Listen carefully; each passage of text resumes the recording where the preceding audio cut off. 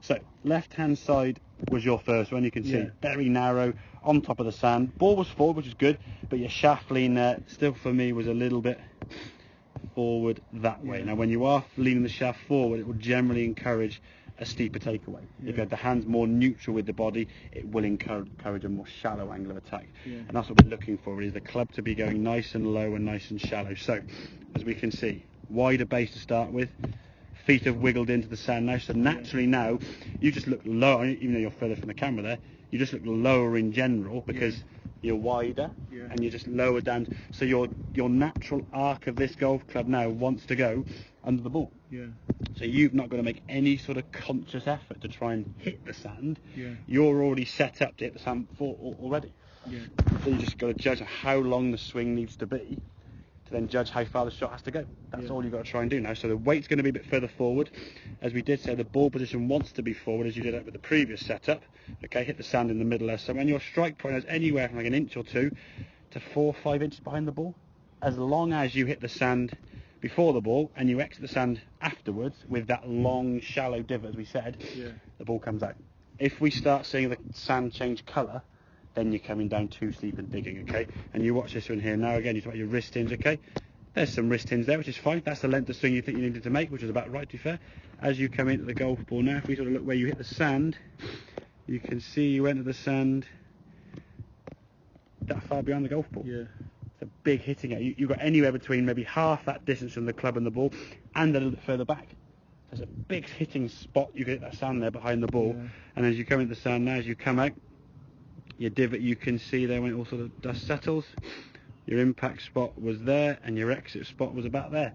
And the ball was pretty much in the middle of it. That's all you got to do. So as long as the ball's in the middle of that or somewhere near the middle of that exit. That was. If I said to you hit the sand 5 inches beyond the golf ball, you said it wouldn't come out. But if you're leaning the shaft forward and your club is digging straight down behind it, it's exactly, because all your energy there on this previous one was just going that way. So if you hit 5 inches behind the golf ball's got hasn't got sufficient enough oomph to get out. So it would just then go halfway. And the problem then when it doesn't go out the first time, the next one you go, I hit a little bit less sand. And then the attempt to try and a little bit less, we get no, and then it's doing. I'm either doing that or hitting loads of sand and really and just smacking, and then which is fine if you've got nothing behind the flag. But then if you've got some hazard or something behind the flag, like on the 18th here, it's scary to hit the ball that hard to know it's only going to go 10 foot. I'm trying to hit it so hard, focusing on that, and I've almost like gone under the ball. Exactly. Way too Just much, side underneath it. That's what I said. I mean, with a bunker, I always joke with my students, it's the easiest shot in golf because you've got anywhere from sort of an inch to about 5 or 6 inches behind the ball. As long as your club's coming in shallow and just gliding and sliding, not digging and sticking into the sand, the better your angle of attack is, the more your margin of error increases because you're just going under the ball automatically. So the wider and lower you get the ball and just sort of come down. This one here, to be fair, came out, as we can see, that sort of level with the bunker lip at about there. That's waist high when it's leaving the bunker.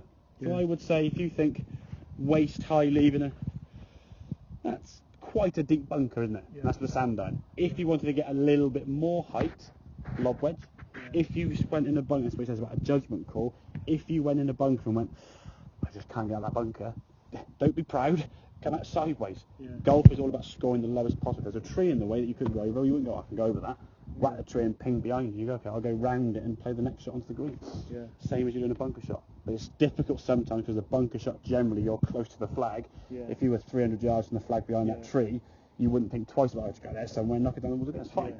When you're this close, I don't want to go that way because the flag's that way. And that's the problem, okay? So wider, lower, wiggle the feet in. And then just long and low with that club. That club's going to slide under the golf ball. Kind of thinking about the way you rate the bunker when you finish. You get nice and low and wide, you sort of glide direct back and forth, kind of that way. So the club's just gliding through the sand rather than straight down. Make sense? Good man, okay.